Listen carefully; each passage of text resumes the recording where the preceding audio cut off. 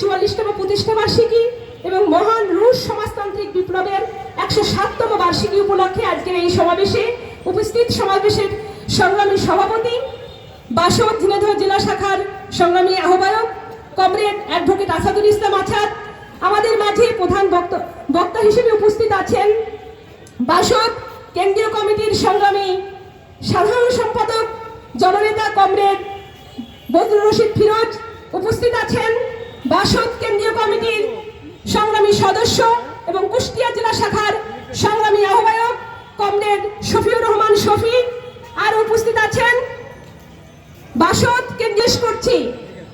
সংগ্রামী বন্ধুগণ, আমাদের এই ভূখণ্ডের মানুষ একটা দারিদ্র এবং বৈষম্যের বিরুদ্ধে শত শত বছর ধরে তারা লড়াই করে যাচ্ছে। আমাদের এই ব্রিটিশ সাম্রাজ্যবাদী যে শাসন ছিল তাদেরকে লড়াই করে যেমন দেশ থেকে তারা বিদায় হয়েছে, তারপরে আমাদের মাথার উপরে চেপে বসলো পাকিস্তানিরা। সেই পাকিস্তানিদের যে শোষণ, সেই শোষণ থেকে এদেশের মানুষ যে লড়াই করেছে, আমরা সেখানে দেখেছি 1971 সালে 30 লক্ষ জীবনের বিনিময়ে এবং 2 লক্ষ মা বোনের সম্মানের বিনিময়ে আমাদের যে শোষিত শ্রেণী, আমাদের যে জনগণ, বাংলাদেশের জনগণ একটি দেশ পেল, স্বাধীন দেশ বাংলাদেশ। কিন্তু যে বাংলাদেশের আকাঙ্ক্ষা ছিল, যে মানুষের যে আকাঙ্ক্ষা ছিল, সেই আকাঙ্ক্ষা কিন্তু পূরণ হয়নি।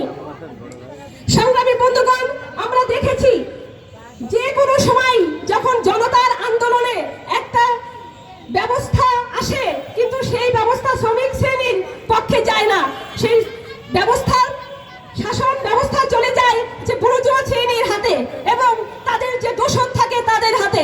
সেই জন্য আমাদের শ্রমিক শ্রেণীর যে লড়াই, সেই লড়াই পরে আবার সেই ব্যর্থতায় পৌঁছে যায়। আমরা দেখেছি 1990 সালে যে গণ অভ্যুত্থান, একটা স্বৈরাচারের পতন হলো, কিন্তু মানুষের ভাগ্যের পরিবর্তন হয় না।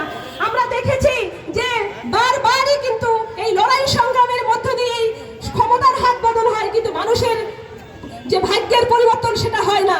এই না হওয়ার পিছনে কারণ কি? এই না হওয়ার পিছনে কারণ হচ্ছে পুঁজিবাদী রাষ্ট্র ব্যবস্থা। যদি পুঁজিবাদী রাষ্ট্র ব্যবস্থা যদি থাকে তাহলে মানুষের পরিবর্তন আসবে না, মানুষের জীবনের পরিবর্তন আসবে না। তারই ধারাবাহিকতায় আমরা দেখলাম 2024 সালে যে গণ অভ্যুত্থান হলো, একটা স্বৈরাচারের পতন হলো, অথচ আমাদের যে সরকার আছেন তিনি আমাদের অন্তর্বর্তীকালীন সরকার, তিনি চাচ্ছেন যে এটা সংস্কার হোক। আমরাও সবাই চাই সংস্কার হোক। আজকের 5 তারিখ আমাদের গণ অভ্যুত্থানের আজকের এই 4 মাস হলো, কিন্তু আমরা আমাদের সাধারণ মানুষের ভাগ্যের কি পরিবর্তন দেখছি? আমরা চাচ্ছি সংস্কার হোক, কিন্তু আগে কোনগুলো দরকার? আগে যেগুলো দরকার আমরা কি